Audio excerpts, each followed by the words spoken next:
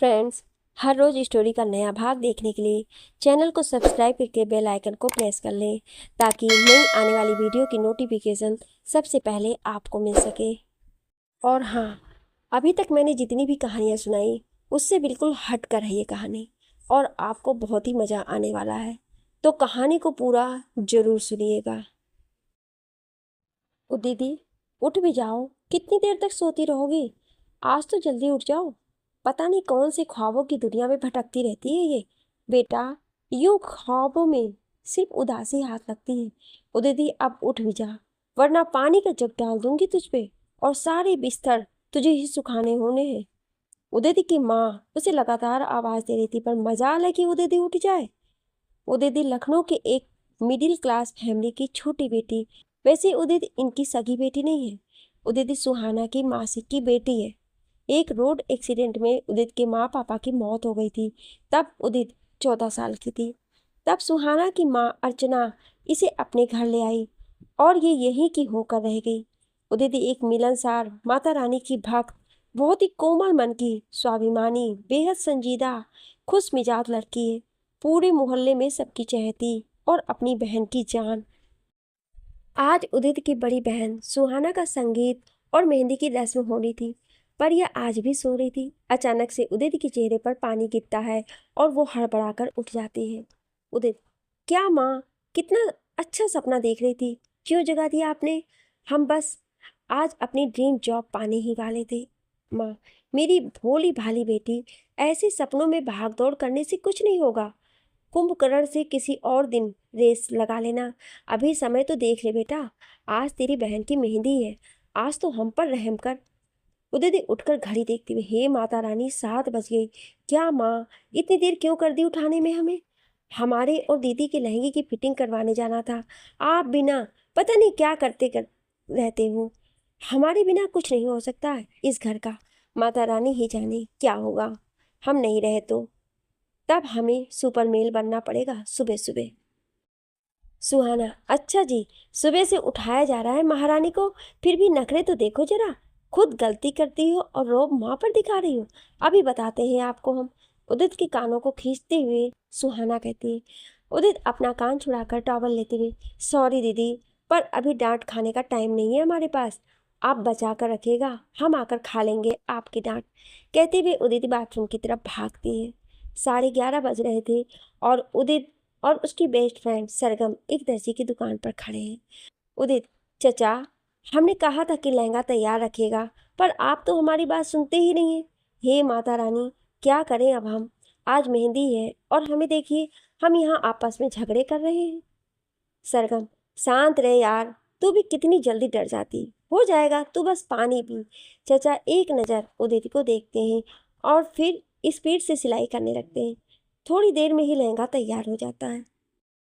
उदित लहंगा देकर सरगम को घर भेजती हुई कहती है, सरगम तू घर जा, तब तक मैं माली काका से बात करके आती हूँ कि आज कुछ ज़्यादा फूल घर भिजवा दे। सरगम घर चली जाती है और अब हमारी तूफान मेल अपनी स्कूटी से भागती हुई चली जा रही है। अचानक ही उदित की स्कूटी एक कार से टकरा जाती है। हालांकि गलती उदित की ही होती है, फिर भी उदित सॉरी बोल के बिना कार मालिक का चेहरा देखे वहां से निकल जाती है। कार में पीछे बैठा इंसान, जिसका ध्यान उसके लैपटॉप पर था, और यूं अचानक झटके से कार रुकने की वजह से उसका सिर लगभग कार के आगे की सीट से लड़ते लड़ते बचा। उसने उदित का चेहरा देखा और बोला, ड्राइवर क्या हुआ? ये लड़की कार के आगे क्यों खड़ी है? ड्राइवर, सर, इसकी स्कूटी कार से लड़ गई थी, बेचारी सॉरी बोल के जा रही है। पीछे बैठा इंसान, पूरी कार का फ्रंट खराब कर दिया और ये तुम्हें बेचारी लग रही है? तुम्हारा दिमाग तो ठीक है? खैर, इन गंवारों से और एक्सपेक्टेशन भी क्या की जा सकती है। तुम ध्यान से चलाओ, हमें जल्द से जल्द फैक्ट्री पहुंचना है। इतना कहकर उसने अपना ध्यान वापस अपने लैपटॉप में लगा लिया। उदित, कहाँ है काका आप? बिटिया, वो तो आज कोनो काम था तो जल्दी चले गए, काकी ने बताया। उदित, कहाँ गए काका? बताइए, हम खुद ही बात कर लेंगे उनसे। ऐसे कैसे वो कहीं और जा सकते हैं? आज हमारे यहाँ आने की उनकी बात हुई थी। काकी, यही पासे में गए हैं बिटिया, कोनो आदित्य राय सिंघानिया है, आज उनकी नई फैक्ट्री का उद्घाटन है तो सजावट का काम तुम्हारे काका को ही मिला है। उदित, ठीक है काकी, हम वहीं चले जाते हैं। दिखे तो जरा लखनऊ में इस जमाने में कौन से नवाब आ गए हैं। चलिए नमस्ते, आते हैं। उदित जल्दबाजी में फैक्ट्री में पहुंचती है पर गार्ड अंदर नहीं जाने देता है। उदित कुछ सोचते हुए क्या करें, ये तो हमें जाने भी नहीं दे रहा है। फिर कुछ सोच के अपने बैग में हाथ डालकर एक चॉकलेट निकालती है और उसे उस गार्ड को देकर उससे अंदर जाने की परमिशन मांगती है, लेकिन गार्ड उसे फिर भी नहीं जाने देता है।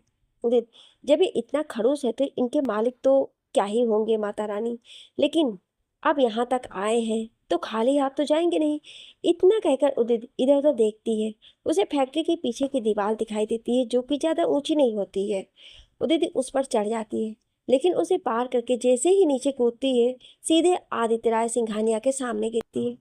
उसे ऐसे सामने देख आदित्य को गुस्सा आ जाता है, क्योंकि अभी कुछ देर पहले उदित जिस कार से टकराई थी वो आदित्य की ही थी।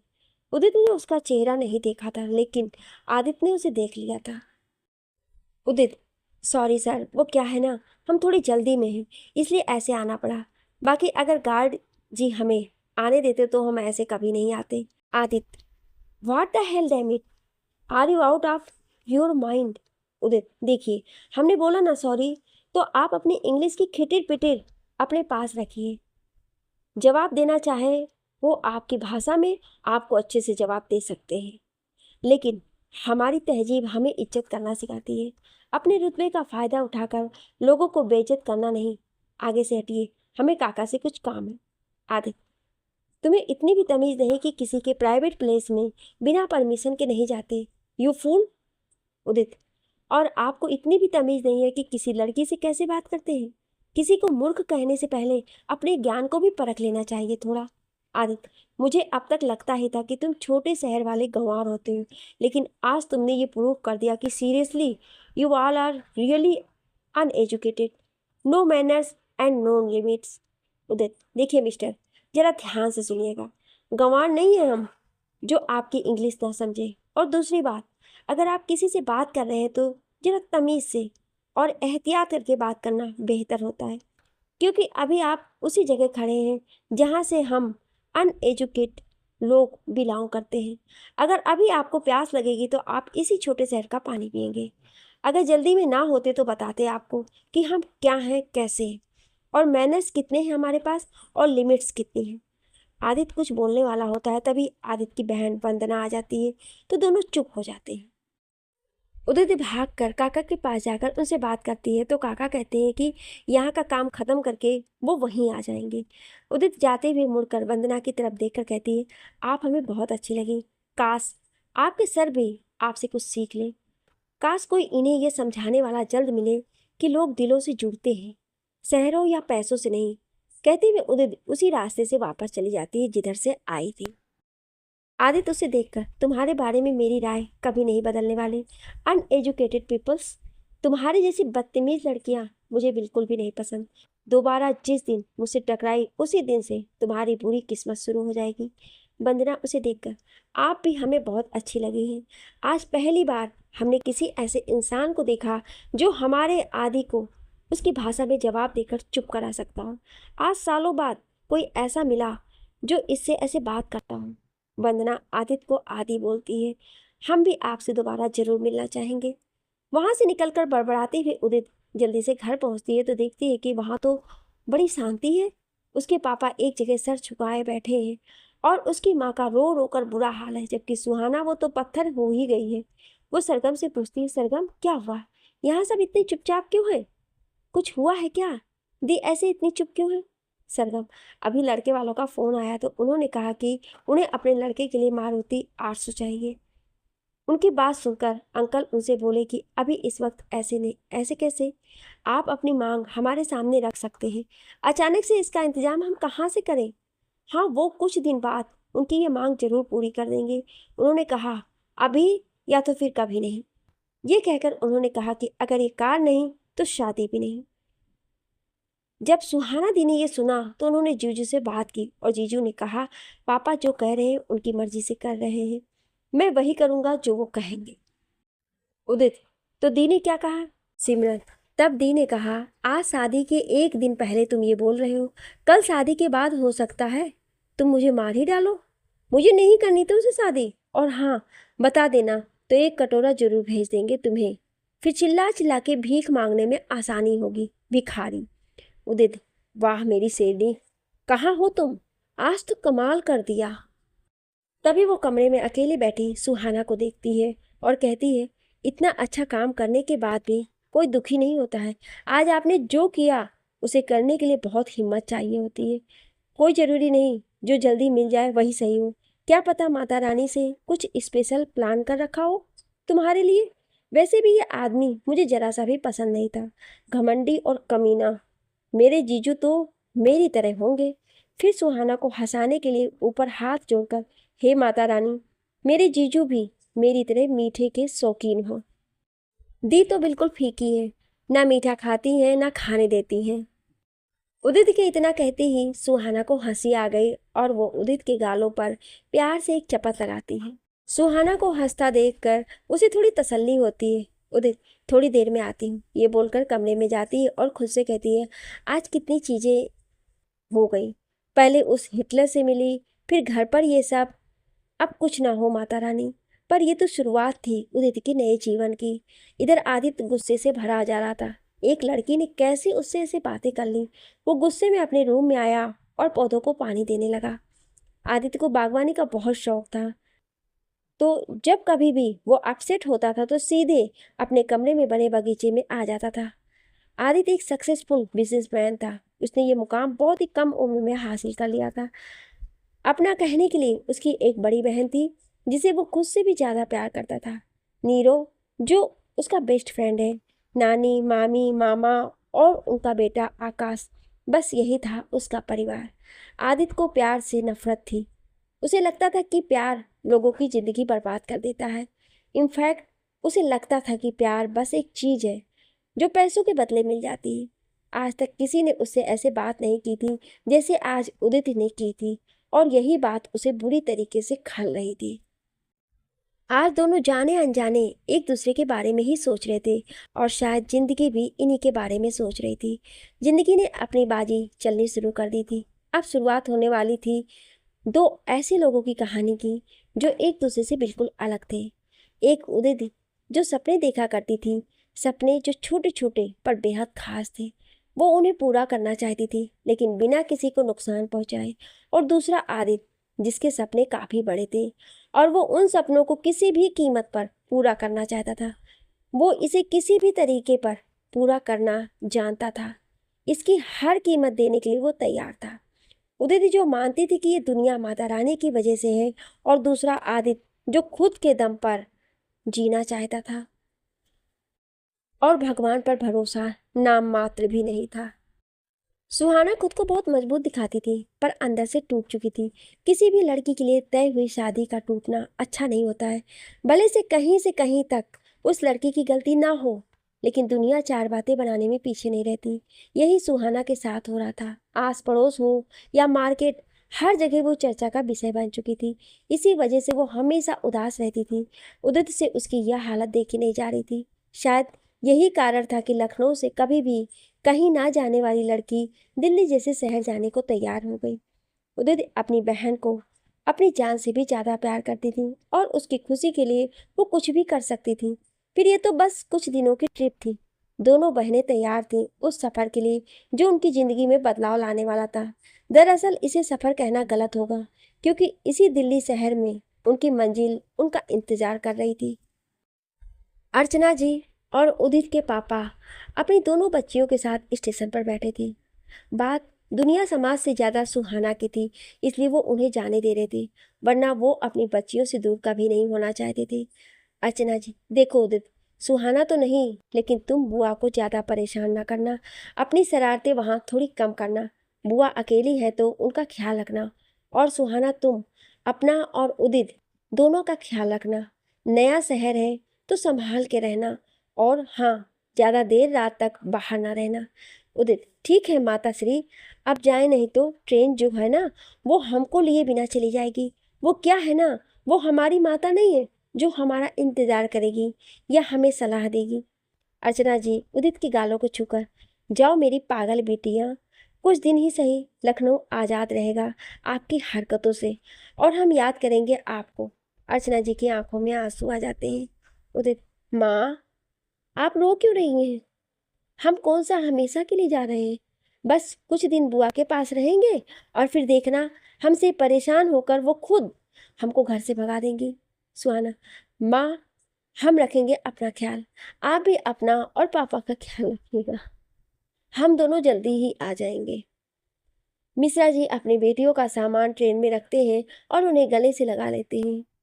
चारों लोगों की आंखें इस वक्त नम होती हैं। दोनों बहनें ट्रेन में चढ़ती हैं और ट्रेन चल पड़ती है। वैसे उदित का मन नहीं था अपना लखनऊ छोड़ने का, पर अभी उसके लिए सुहाना की खुशी ज़्यादा जरूरी थी। उदित भरी आंखों से अपना लखनऊ छूटते हुए देख रही थी। कोई और भी था जो जाने की तैयारी कर रहा था, आदित्य राय सिंघानिया, जिसका घर ही दिल्ली था। वो तो लखनऊ बस अपनी फैक्ट्री के काम से आया था। काम पूरा हुआ और वो बाय रोड दिल्ली की ओर चल पड़ा। दोनों एक साथ चल पड़े थे अपने सफर पर। एक तरफ आदित्य था जो अपनी मंजिल पर जल्दी से जल्दी पहुंचना चाहता था, और दूसरी तरफ उदिति थी जो अपनों को छोड़कर एक अजनबी रास्ते पर चल पड़ी थी। उसे कोई जल्दी नहीं थी, रास्ते अलग थे, कारण भी अलग थे, पर मंजिल तो एक ही थी दोनों की, दिल्ली। सुबह सुबह होते ही दोनों बहनें दिल्ली पहुंच चुकी थी। सामने बुआ जी को देख के उदित तो नाचने ही लगी। बुआ जी का शादी में आने का प्रोग्राम था लेकिन आ नहीं पाई। सुहाना बुआ की लाडली थी, लेकिन बुआ उदित से भी उतना ही प्यार करती थी। बुआ जी उदित की हरकत से वाकिफ थी, पर दिल्ली वाले नहीं। सब उसे ऐसे देख रहे थे जैसे कोई अजूबा हो। कुछ देर खड़े होकर उन्होंने उसे यूं नाचते हुए देखा और फिर आखिरकार थक कर अपने अपने रास्ते चले गए। बुआ जी दोनों को लेकर घर आ गई। बुआ जी का द्वारकापुरी में था। स्टेशन से घर आने में उन्हें 15 मिनट का वक्त लगा। बुआ जी ऑटो से नीचे उतरी और अपना सामान उतारकर ऑटो वाले को पैसे दिए तो वो झगड़ पड़ा। बुआ जी ने उसे कम पैसे दिए थे। बुआ जी भले ही दिल्ली में रहती थी पर बोलती एकदम लखनवी थी। बुआ जी, हे किशन कन्हैया, का लूट मार मचा रखे हो भैया, अभी कल ही तो आए थे स्टेशन से 50 रुपए में। ऑटो वाला, मैडम अकेली सवारी का 50 रुपए लगता है, आपके साथ 2 लोग और थे और इतना सारा सामान भी। दोनों को बहस करते देख अदिति ने चुपके से ऑटो वाले को 100 रुपए दिए और बोली, जाओ भैया, हमारी बुआ जी ने जो दे दिया ले लो, देखना आज तुम्हारी ग्राहकी बहुत होगी। ऑटो वाले ने उसे शुक्रिया कहा और चला गया। बुआ जी, इधर आओ तनी, तुम तो हमको पागल समझी हो का? पैसा काहे दी तुम चुपके से उसको? उदित, जाने दो ना बुआ, क्या 100 रुपए के लिए बहस करना। बुआ जी सुहाना की ओर देख के, का कहे ये तूफान मिल का? अरे वो देवी जी दिल्ली है, हमरा लखनऊ नहीं, जो लोगन पर दया करती फिरोगी। ये तुम्हें ईमानदारी नहीं दिखाई है, लोग पागल कहिए तुमको भी और हमको भी। अरे कछू तो सीखो सुहानिया से। बुआ जी डांट रही थी और उदित उदित उन्हें प्यार से देख रही थी।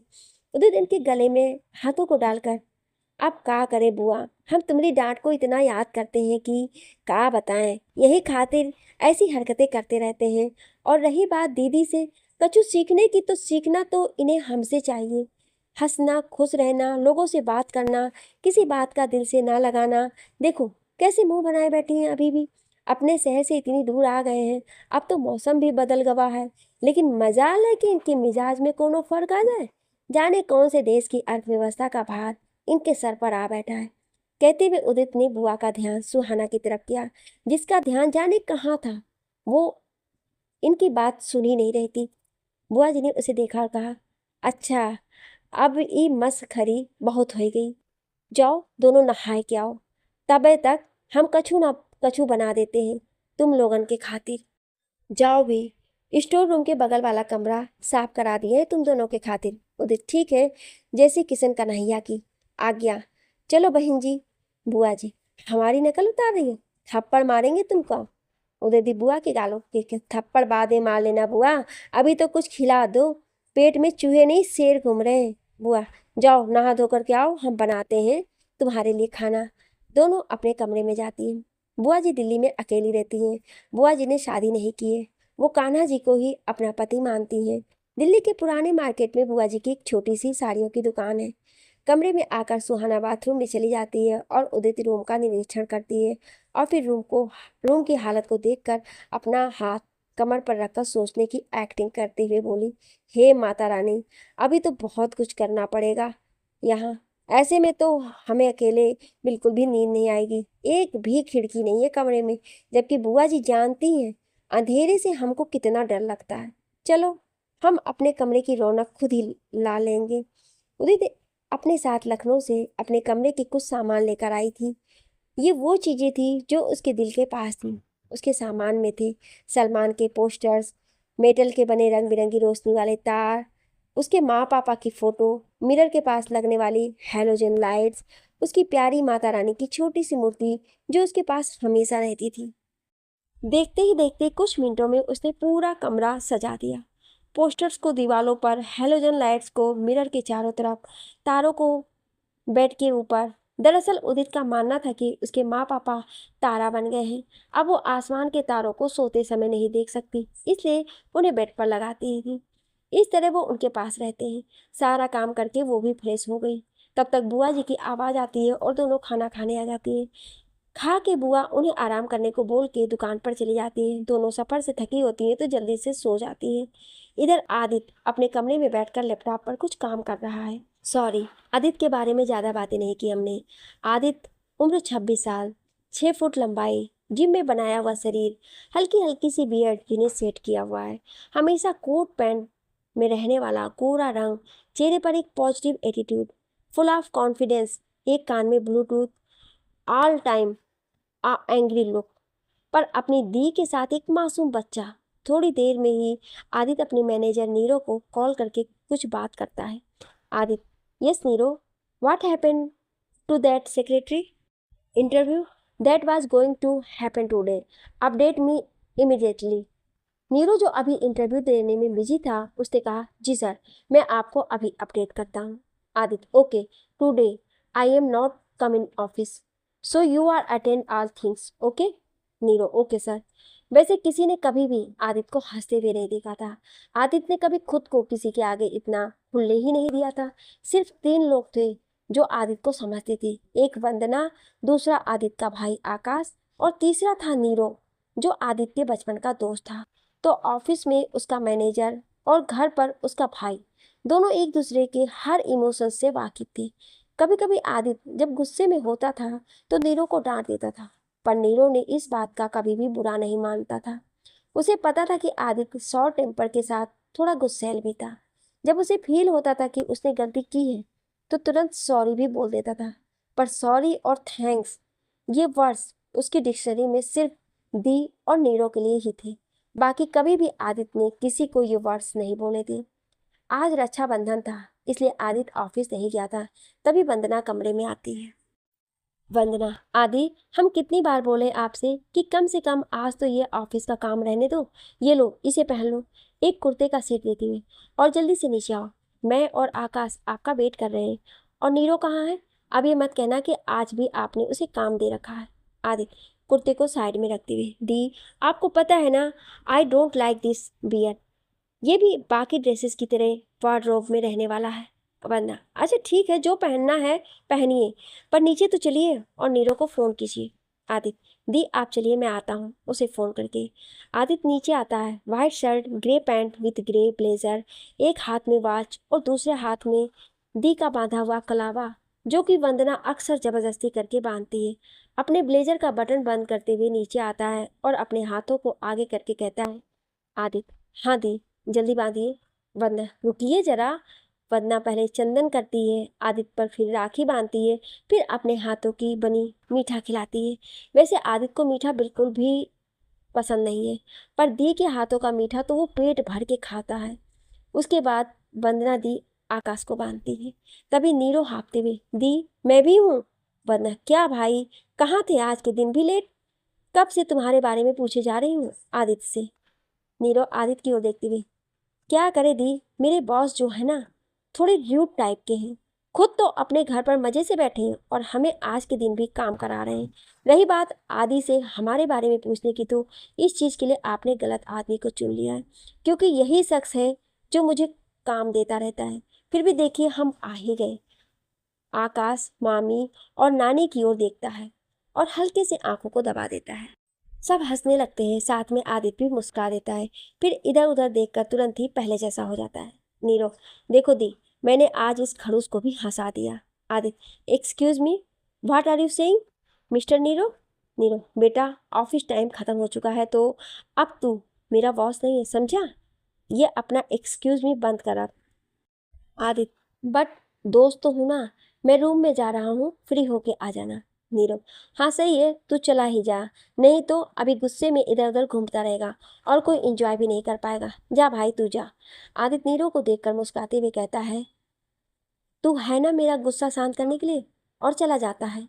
नीरव सोचते हुए, मैं तो हूं ही, पर अब तुझे किसी ऐसे की जरूरत है जो तुझसे डरे नहीं, बल्कि अपने प्यार से तेरे गुस्से को कम कर सके। वंदना, क्या हुआ छोटे, आप क्या सोचने लगे? वंदना नीरो को यही कहती थी। वंदना जब छोटी थी, मंदिर गई थी अपनी माँ के साथ, तो नीरो वहीं मंदिर के पास एक कपड़े में लिपटा रो रहा था। शायद किसी ने उसे वहीं छोड़ दिया था। तब वंदना के कहने पर उसकी माँ पूनम जी उसे घर ले आई थी। बस तब से वो भी उन्हीं के साथ रहता था। हाँ, वो उनका सगा भाई नहीं था, पर तीनों उसे भाई से ज्यादा प्यार करते थे, और नानी मामी ने भी कभी इनमें फर्क नहीं किया था। पर फिर भी नीरो इनका एहसान मानता था। नीरो, कुछ नहीं दी, मैं इस आदि का सोच रहा हूँ, कब कोई आएगी इस खड़ूस की लाइफ में जो इसे समझ पाएगी, या यूं कहें ये कब किसी को अपनी लाइफ में आने देगा, किसी ऐसी को जो इससे ना डरे, ना बल्कि इसे प्यार करे, इसके गुस्से को कम करे, इसे प्यार पर यकीन कराए। पता नहीं वो सिंगल पीस कहाँ होगी। वंदना छोटे हैं और इसी दुनिया में हैं। बस एक बार हमारे आदि की लाइफ में उसकी एंट्री हो जाए बस। नीरव, आकाश और नानी तीनों साथ में बोलते हैं, कौन है वो और कहाँ है? वंदना, है लखनऊ में, कितनी प्यारी थी वो, क्या नाम था उसका?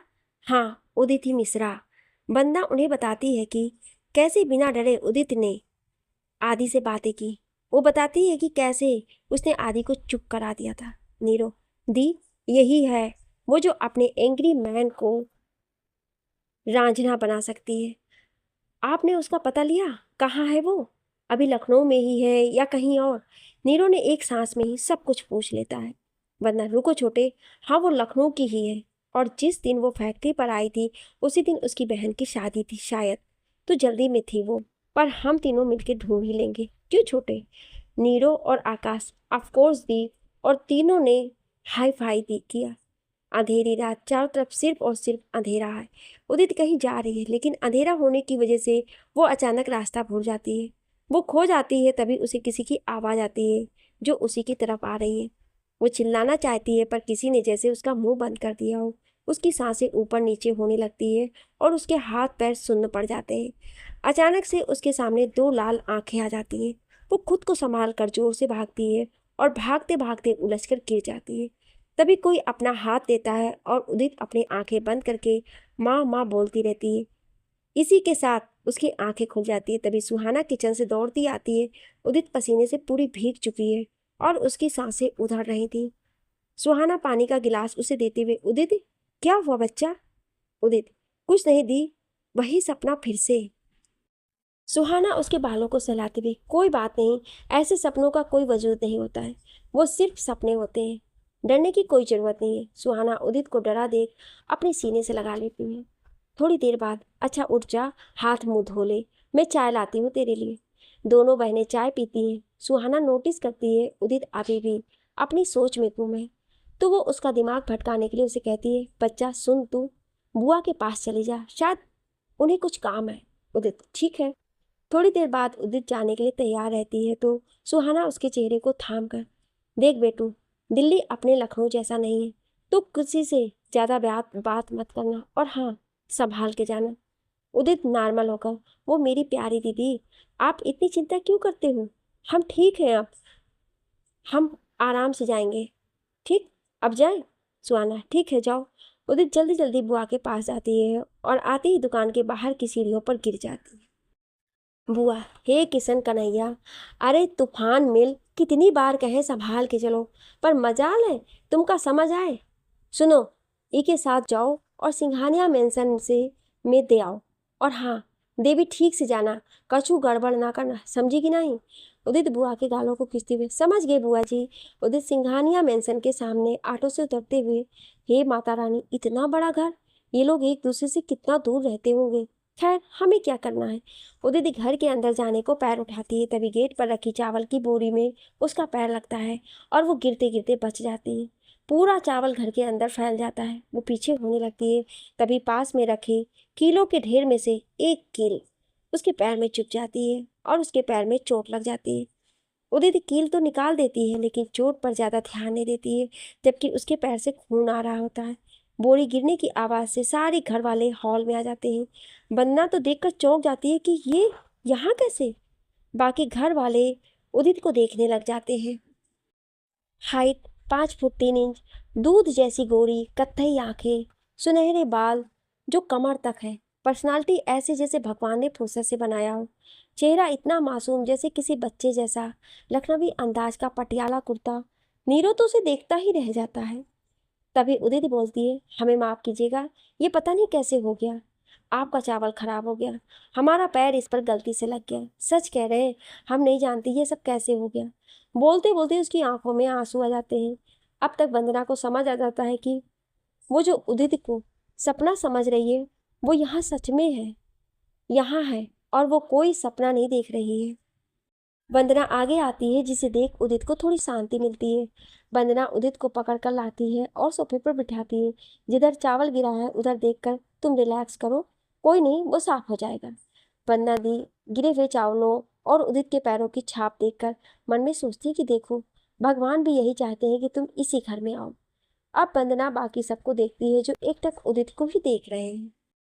वंदना, ये है उदित, हमने बताया था ना, लखनऊ में मिली थी।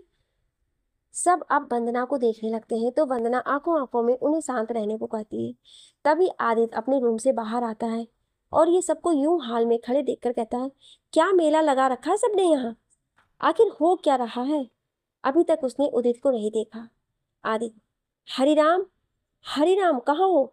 ये सब साफ करो। दी कहाँ है? नानी, ये सब इतना गंदा क्यों है? ये चावल, ये पैरों की छाप, कुछ और भी है क्या आज? सीढ़ियों से उतरते हुए आदित्य बोलता है। वो भी हाल में आ जाता है और आते ही उदित को देखता है। आदित्य चौंक के, तुम यहाँ? उदित, आप यहाँ? दोनों एक दूसरे को वहां देखकर चौंक गए। उदित को क्या पता कि ये घर आदित्य का है, या वंदना आदित्य की बहन है। वही आदित्य का गुस्सा इतना ज्यादा था कि उसे समझ ही नहीं आ रहा था कि वो रिएक्ट क्या करे। उसे समझ नहीं आ रहा था कि आखिर ये लड़की यहाँ कैसे आ गई और उसी के घर में उसी के सामने खड़ी है। ये लड़की ये सब जानबूझकर कर रही है या अनजाने में? आदित्य गुस्से में अपने हाथों को बांधकर सीढ़ियों से नीचे आते हुए, दीवार कूद कर आना एक टैलेंट है तुम्हारा, ये माना मैंने, पर किसी को पीछा करके एक जगह से दूसरी जगह जाकर ऐसे किसी के घर में घुस जाना भी तुम्हारी आदत है क्या? चलो अब तो मान लो कोई मैनर नहीं है तुम में। उदित अपनी कमर पर हाथ रखकर, ओ मिस्टर अकड़े हुए, आपके घर में थोड़े आए हैं, हम मिस्टर सिंघानिया के घर में आए हैं, इसलिए ये रौब और डायलॉग बाजी किसी और के साथ करिएगा। ना हम आपसे डरते हैं और ना गुस्से में लाल हुई आपकी नाक से। हमें ज्ञान गंगा देने से पहले आप बताइए, आप क्या कर रहे हैं यहाँ? वो तो आपकी प्रॉपर्टी थी, लेकिन यहाँ कैसे आ गए? अब सब उदित का मुंह देखने लगे, क्योंकि उदित को पता ही नहीं था कि जिस सिंघानिया की वो बात कर रही थी, हाल में उन्हीं से झगड़ पड़ी। सब इमेजिन कर रहे थे इस बात के बाद आदित्य अब कैसा रिएक्ट करने वाला है। आदित्य, ओ तो मिस्टर सिंघानिया के घर आई हो तुम? अब ये बताओ कौन है मिस्टर सिंघानिया? उदित, जरूर कोई सॉफ्ट हार्टेड और बहुत इंटेलिजेंट और पीसफुल इंसान होंगे। आदित्य अपना सिर हिलाकर, अच्छा तो मैं कौन हूँ, बताना चाहोगी? उदित, हम क्यों बताएं आपके बारे में, हमें क्या पता। फिर रुके, लेकिन हाँ, जब से आपसे मिले हैं तब से नोटिस किया है कि इस हिसाब से आप बेहद घमंडी, अकड़ू, बिना दिमाग वाले इंसान हैं, जिसे पैसों की कदर है, इंसानों की नहीं। और आपको सिर्फ लोगों पर चीखना आता है, इसका मतलब है आप एक उलझे हुए दिमाग वाले हैं। आदित्य गुस्से में, तुम जानते भी हो तुम ये जो बात कर रही हो किससे कर रही हो? फिर जबरदस्ती हंसकर, वैसे मानना पड़ेगा तुम्हें, तो मेरे ही घर में खड़े होकर मुझसे ऐसी बातें कर रही हो, हिम्मत तो है तुम में। उदित हंसते हुए, तुम और मिस्टर सिंघानिया मजाक अच्छा कर लेते हो, लेकिन बात यह है कि अभी हम मजाक के मूड में नहीं हैं। इसलिए आप अपना काम कीजिए और हमें हमारा काम कीजिए मिस्टर फेंकूचंद। नीरव ने जब ये नाम सुना तो उसकी हंसी निकल गई। आदित्य ने घूर कर उसे देखा तो उसने अपने मुंह पर उंगली रख ली। अब आदित्य ने उदित की तरफ देखकर कहा, हे लिसन। उदित कानों को आदित्य की तरफ करके, बोलिए, कब से सुन ही तो रही हूं, अभी कुछ और भी बाकी है क्या? आदित्य, तुम यहाँ क्या करने आई हो? और मुझे समझ नहीं आता तुम जैसी अनवांटेड चीज मेरे घर में है क्यों? फिर वंदना की ओर देखकर, देख कौन है ये लड़की और क्यों आई है? अब इस घर में गवारों को आने की परमिशन किसने दी? मुझे लगता है डॉग्स नॉट अलाउड, ऐसे लोगों के लिए भी बोर्ड लगवाना पड़ेगा। वरना आदित्य, क्या कह रहे हो तुम? उदित, अरे आप रुकिए जरा, ऐसे लोग सिंपल भाषा नहीं समझते हैं, कहकर उदित आदित्य की तरफ जाने लगी। तभी उसका पैर चावल के दानों पर फिसला और गिरते उससे पहले आदित्य ने उसे अपनी बाहों में ले लिया। गिरने के डर से उदित ने अपनी आंखें बंद कर ली और आदित्य की नजर एक पल के लिए उसके चेहरे पर ही ठहर गई। बड़ी बड़ी पलकें और हल्के गुलाबी होठों पर आए उसके बाल। घर के सब लोग तो ये सीन देखते ही रह गए। नीरव ने तो इस सीन की एक फोटो भी ले ली थी। किसी जादू में बंधे जैसे आदित्य ने उदित के होठों पर आए बाल हटाने के लिए अपने हाथ आगे ही बढ़ाए थे कि उदित ने अपनी आंखें खोल दी। उदित की आंखें खुलते देख आदित्य ने अपना हाथ पीछे किया और उसे खड़ा करते हुए कहा, जितना मुंह चलता है, काश आंखें भी उतना काम करती तो तुम एक बार नीचे देख लेती। उदित ने आदित्य की तरफ अपनी उंगली की और उसे ऐसा करते देख घर वालों ने अपनी आंखें बंद कर ली, क्योंकि वो समझ चुके थे इसके बाद जो होगा वो उनसे देखा नहीं जाएगा। उदित, ओ मिस्टर फेकू, अभी तक गंवार दिख रहे थे आपको, अब अंधे भी दिखने लगे? सच कहे तो हमें अंधे आप दिखते हैं। अंधे ही क्यों, बहरे और बददिमाग भी है। हमने एमए किया है, वो भी इंग्लिश से, इसलिए गंवार तो हम किसी भी एंगल से नहीं है। और रही आंखें होने की बात, तो हम आपको अच्छे से पहचान रहे हैं, इसका मतलब है कि हमारी आंखें भी ठीक है। सूट पहनने से कोई सिंघानिया नहीं होता है। सुनिए मैडम, वंदना को देखते हुए, कौन है ये, इन्हें बाहर भेजिए। और अगर ये नहीं जा सकते तो आप साड़ियाँ देख लें, तो हम ही चले जाएं। आदित्य के गुस्से का पारा अब अपने लास्ट स्टेज पर पहुंच चुका था। उसने उदित की ओर देखकर लगभग चिल्लाते हुए कहा, what the hell idiot, it is better to argue with me then to search once on Google that who is Aditya Rai Singhania. Udit ने ये सुना तो अपना फोन खोला और सर्च किया तो आदित्य राय सिंघानिया का नाम टॉप यंग बिजनेसमैन की लिस्ट में दिख रहा था। आदित्य ने आगे कहा, मेरे घर में खड़ी हो और मुझे ही ज्ञान दे रही हो, ताली बजाकर, वाओ, बड़ी बहादुर हो तुम तो। लेकिन अब बाहर निकलो यहाँ से, किसी को कुछ नहीं लेना तुमसे, ये जानकर कि नहीं यही आदि सिंघानिया है।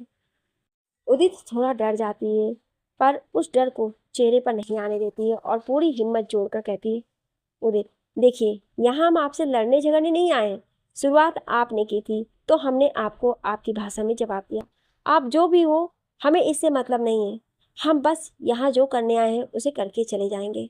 हमें भी शौक नहीं है आपसे उलझने या आपकी शक्ल बार बार देखने की। आदित्य गुस्से में, तुम मुझसे लड़ोगी? खुद को देखा है? खुद यहाँ अपने काम से आई हो और मुझे एटीट्यूड दे रही हो? खुद को इतनी इम्पोर्टेंस देने की जरूरत नहीं है। तुम मुझसे बराबरी करने चले हो। Look your face, who are you? आखिर हो तो एक साड़ी बेचने वाली ही, औकात क्या है तुम्हारी मेरे सामने? कहते हुए आदित्य ने गुस्से में उदित की साड़ियाँ का बॉक्स नीचे फेंक दिया। ये सब देखकर और आदित्य की बात सुनकर उदित को गुस्सा आ जाता है और ये उसकी आंखों से बराबर दिखाई दे रहा था। उदित बॉक्स और साड़ियों को समेटते हुए, देखिए, औकात की बात तो कीजिए ही मत, क्योंकि अगर आपकी नज़रों में हमारी कोई औकात नहीं है तो हमारी नज़रों में भी आपकी कोई औकात नहीं है। रही खुद की इम्पोर्टेंस देने वाली बात, तो हाँ, हम देते हैं खुद को इम्पोर्टेंस। हर इंसान को खुद को इम्पोर्टेंस देनी चाहिए, क्योंकि जो खुद के लिए महत्वपूर्ण नहीं है उसे कोई महत्वपूर्ण नहीं समझता। अगर हम साड़ी बेचने वाले हैं तो आपकी कंपनी से भी कुछ ना कुछ तो बेचा ही जाता होगा। तो जैसे आप अपनी कंपनी के बॉस हैं, हम भी अपनी खुद के बॉस हैं। शुक्र मनाइए कि आप दिल्ली में हैं। अगर यही बातें आप लखनऊ में की होती तो अभी तक आपके गालों पर हमारे हाथों की उंगलियों के निशान पड़ चुके होते। फिर साथ आए आदमी को देखकर, चलिए शंकर भाई बॉक्स को उठाइए, हमें कोई शौक नहीं है यहाँ रुकने का। इन बड़े लोगों के सिर्फ घर बड़े होते हैं, दिल तो इनके इतने तंग हैं और काले हैं कि कोई देखना भी नहीं चाहेगा। नाम बड़े और दर्शन छोटे। ये कहकर वो जाने लगी। उदित को जाता देखकर सब उन्हें रोकने लगे, जो अभी तक सरप्राइज होकर उनकी लड़ाई देख रहे थे। नानी जी, बिटिया, हमारे आदि को गुस्सा थोड़ा जल्दी आ जाता है, बस आप रुकिए, हमने लेने के लिए ही तो साड़ियाँ ऑर्डर की है। आदित्य बेटवा, आप अपने कमरे में जाइए, ये आपसे छोटी है, आपको इनसे ऐसे बात नहीं करनी चाहिए। घर आया इंसान भगवान होता है, ऐसे किसी को भला बुरा कहना अच्छी बात नहीं होवत है। वंदना, उदित जी, आप हमारी बात तो सुनिए थोड़ा, आप यहाँ आइए। हरिराम, आप इनके लिए एक कप चाय लाइए जरा, हम आते हैं। वंदना आदित्य के पास जाती है और धीरे से कहती है, आदि आप अपने कमरे में चले जाइए। जितनी बदतमीजी करनी थी कर ली आपने, आज का कोटा कंप्लीट हो गया है अब आपका। आपने हमारी इज्जत गिराने में कोई कमी नहीं छोड़ी है। अब अगर चाहते हैं हम आपसे नाराज ना हो जाएं तो यहाँ से चले जाइए प्लीज। शायद अब आदित्य को भी लग रहा था कि उसने कुछ ज्यादा ही बोल दिया है, पर वो तो आदित्य राय सिंघानिया है, किसी को सॉरी बोलना तो उन्हें आता ही नहीं। उस पर से उदित ने उन्हें इतना कुछ सुना दिया, पर अभी उसे यहाँ से जाना ही सही लगा और वो उदित को घूरते हुए चला गया, जैसे मन ही मन कह रहा हो कि अब तुम्हारी खैर नहीं, तुम्हें नहीं पता तुमने किस जंजाल को अपने गले बांध लिया है। वहीं उदित भी उसकी तरफ देखकर उन्हें घूरते हुए मन ही मन बोली, होंगे आप बहुत बड़े आदमी, पर हम भी माता रानी को छोड़कर किसी से नहीं डरते। क्या फायदा इतना पढ़ने लिखने और इतनी बड़ी कंपनी का मालिक होने का, जब बोलने की तमीज ही नहीं हो पाई है। बेहद बदतमीज और तंगदिल इंसान है ये। जिंदगी में अगर आप आखिरी इंसान भी हुए तो हम आपसे बात ना करना चाहें। अब तक हरिराम चाय लेकर आ गया था। नीरो ने चाय का कप उदित को देते हुए कहा, लीजिए चाय। वैसे भी मैंने सुना है कि लखनऊ वालों की जान बसती है चाय में, इसके लिए तो वो सालों पुरानी दुश्मनी भी भूल सकते हैं। फिर ये तो छोटा मोटा झगड़ा था जिसमें आप ही भारी पड़ी थी। उदित ने चाय का कप लेते हुए कहा, आपने बिल्कुल ठीक सुना है, और रही झगड़े की बात तो हमें झगड़ना बिल्कुल भी पसंद नहीं है, लेकिन उन्होंने जैसे बात की हमें भी गुस्सा आ गया। नीरो मुस्कुराते हुए, जानता हूँ ये जो मेरा भाई है ना, इसका दिमाग थोड़ा खराब है। वैसे आप जितनी प्यारी हो, आपका नाम उससे भी ज़्यादा प्यारा है। विंक करते हुए, आपने पूछा नहीं लेकिन मैं बता देता हूँ, मेरा नाम नीरो सिंघानिया है। नीरो हाथ मिलाने के लिए हाथ आगे बढ़ाता है, पर उदित अपने दोनों हाथ जोड़कर कहती है, नमस्ते, हम उदित मिश्रा। नीरो मजाक में पीछे देखकर, अरे कोई है क्या पीछे? उदित, मतलब? नीरो, आपने हम कहा तो मुझे लगा कोई और होगा।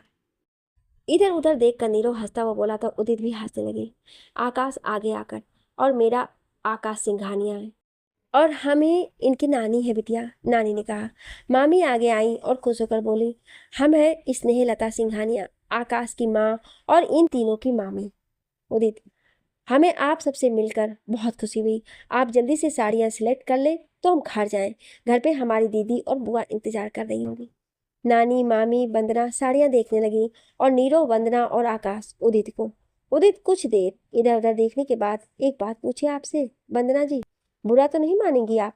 वंदना, जरूर मानेंगे, अगर आपने हमें दोबारा वंदना जी कहा तो। उदित, जैसे ऐसी सिचुएशन में हमेशा करती थी, अपने नाखून को खींचती हुई बोली, तो क्या कहें आपको हम?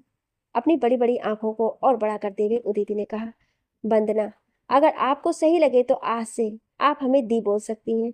हमें आप हमारी छोटी बहन जैसी हुई लगी। पहली बार में ही आपसे अलग जुड़ाव सा महसूस हो रहा है। मुझे ठीक है, फिर तो हम आपको दी ही कहेंगे। अच्छा, तो हमें ये बताइए, आप सब इतने अच्छे हैं तो आपके भाई ये मिस्टर सिंघानिया क्या हमेशा करेला चबाते हैं या नीम चबाते हैं? नीरो हंसते हुए, क्यों उदित, कभी नोटिस किया है कितना कड़वा बोलते हैं ये? मतलब इंसान अगर कभी बुरे मूड में हो तो सुसाइड कर ले। ऐसा लगता है नाश्ते में करेले का जूस पीते हैं और नाश्ते में करेले के ही पराठे खाते हैं। उदित की ये बात सुनकर सब एक साथ हंसने लगते हैं। वरना नहीं, करेले तो नहीं खाते, पर हम भी आज तक नहीं जान पाए ये इतना कड़वा क्यों बोलते हैं। उदित, दी, आप ना इन्हें थोड़ा मीठा खिलाया कीजिए, और हाँ, 1 घंटे योगा भी, शायद कुछ मीठा बोलने लगे और दिमाग भी शांत रहे। उदित की इस बात से सब मुस्कुरा दिए। नानी सारी साड़ियां लेकर पेमेंट करती हैं और उदित चली जाती है। उदित के जाने के बाद सब एक दूसरे को देखकर जोर जोर से हंसने लगते हैं। वंदना, छोटे, आपने देखा आदि को? कैसे चुप हो गए? आज तो उदित ने आज उसकी बोलती कैसे बंद कर दी। नीरू, लेकिन दी, आज का आदि का बिहेवियर बहुत गलत था। मानता हूँ वो उदित से गुस्सा था, लेकिन अपना गुस्सा उसे उदित पर नहीं निकालना था। वरना हाँ तो वो तो है ही है, लेकिन आप जानते हैं ना आदि को। आकाश, हाँ दी, आज पहली बार भाई को किसी पर इतना गुस्सा करते और उसके बाद चुपचाप जाते देखा। नीरव, हम क्या सोच रहे दी, क्या मस्त फाइटिंग होगी ना घर में जब ये दोनों एक साथ होंगे। दी, इन्हें कुछ भी करके यहाँ दोबारा बुलाना पड़ेगा। नानी, आज हमने भी पहली बार आदि बेटवा को किसी लड़की पर ऐसे गुस्सा करते देखा है, और उदित बिटिया को देखते ही रह गए हम तो। कितनी प्यारी है, जैसे संगमरमर की मूर्ति। बनना, हाँ नानी, यही हाल हमारा था जब हमने पहली बार इन्हें देखा था। मामी जी, जो अभी तक चुपचाप बैठी थी, बोल पड़ी, भाई कुछ भी कहो, पर जोड़ी एकदम मस्त है दोनों की। और एक बार फिर सब हंस पड़े। आदित्य, हरिराम, इतनी आवाज क्यों आ रही है? क्या मैं घर पर शांति से नहीं रह सकता? सबको बोलो थोड़ा हंसना कम कर ले। घर में कोई त्योहार नहीं है। और नीरो, जल्दी से मेरे रूम में आओ, तुमसे अर्जेंट बात करनी है। आगे की कहानी जानने के लिए सुनिए अगले भाग में। क्या आप अगला भाग सुनना चाहते हैं? तो कमेंट में यस जरूर लिखिएगा। Thank you.